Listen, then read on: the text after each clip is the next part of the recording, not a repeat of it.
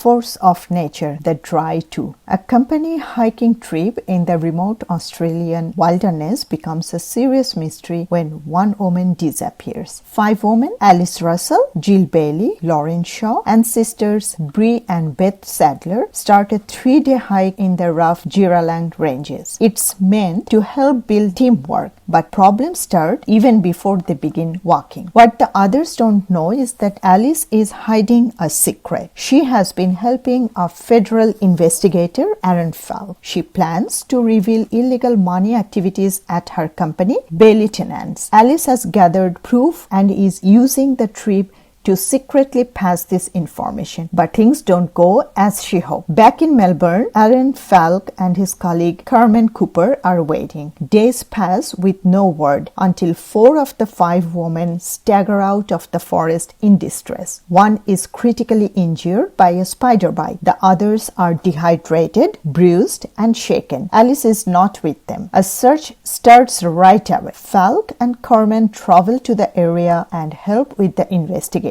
Search teams go through the thick, wet forest while the truth slowly comes out in pieces. Early in the trip, the group's dynamics begin to fray. Jill tries to take charge, but Lauren resists authority. The sisters, Beth and Bree, keep mostly to themselves. Alice remains quiet, increasingly on edge. On the second day, things go wrong. The group loses their map after an argument near a ridge, and they have to guess which way to go. Lauren gets hurt when she slips on a wet rock and hits her head. The group's trust breaks down even more as food and water run low and fear grows. By the third day, Bree is bitten by a poisonous spider. The group argues about what to do next. Alice starts to feel not only afraid of the wild but also of the people she is with. Early that morning, she leaves the group to climb to higher ground, hoping to get a phone signal. She takes the secret data with her, trying to contact Falk. After a hostile confrontation with Jill, Alice begins to fear her cover has been blown. Seeking a safe place, she hides the USB drive containing the data in a patch of tall grass. She believes no one has seen her. Moments later, she spots Beth nearby, partially concealed in the bush. A brief exchange follows, tense and accusatory. Alice storms off, unaware that Beth has witnessed everything and retrieved the hidden drive. But Alice never returns. Back in the present, search teams find no trace of her on the main trail. Interviews with the surviving woman reveal conflicting stories. Jill appears to downplay what happened. Beth grows quieter with each passing day. Falk and Carmen sense that more than just an accident is being hidden. Simultaneously, Falk continues digging into Bailey Tenants. Financial records, offshore transfers, and false shell companies point directly at Daniel Bailey, Jill's husband and co-founder of the firm. Suspicion depends that he may have discovered Alice's betrayal before the trip began. Falk receives a disturbing voicemail from Alice recorded shortly before her disappearance, confirming that she feared Daniel knew what she was doing. Eventually, a torn piece of fabric is found on a rocky outcrop. A search of the surrounding area leads to the discovery of Alice's body at the bottom of a steep ravine. Her ankle had been broken in the fall, leaving her immobilized. Evidence shows she died from exposure and hypothermia. There are no signs of foul play, but something doesn't sit right with the investigators. At first, the USB drive appears to be lost, missing from her belongings and not found at the scene. But later, in a quiet and private moment, Beth approaches Falk. Without saying much, she hands him the USB drive. The meaning is clear. She had recovered it after Alice's disappearance and kept it hidden until now. Falk then passes the drive to Carmen. Its contents confirm everything Alice has feared: massive financial fraud, offshore laundering, and direct links to Daniel Bailey. While this crucial piece of proof doesn't result in immediate arrest, it sets in motion the legal process that will soon expose Bailey Tenants' darkest dealings. Daniel's time is coming. Before that reckoning unfolds, the authorities take necessary steps. Beth, Lauren, Owen and Bree are taken into custody, not for any proven crime, but for their silence. Their refusal to report Alice's disappearance sooner, their fragmented accounts, and their complicity in withholding the truth raise enough suspicion to justify holding them for further questioning. There is no happy ending here, only a quiet breath and the serious truth that nature doesn't protect anyone from the results of their actions. Falk reflects on what has happened, not with the celebration, but with a cautious resolve. He knows this case isn't fully over. Justice is a process, not a switch. But the truth has begun to surface. What Alice set in motion with a single drive buried in the grass will change everything. Her voice, silenced in the wilderness, has now been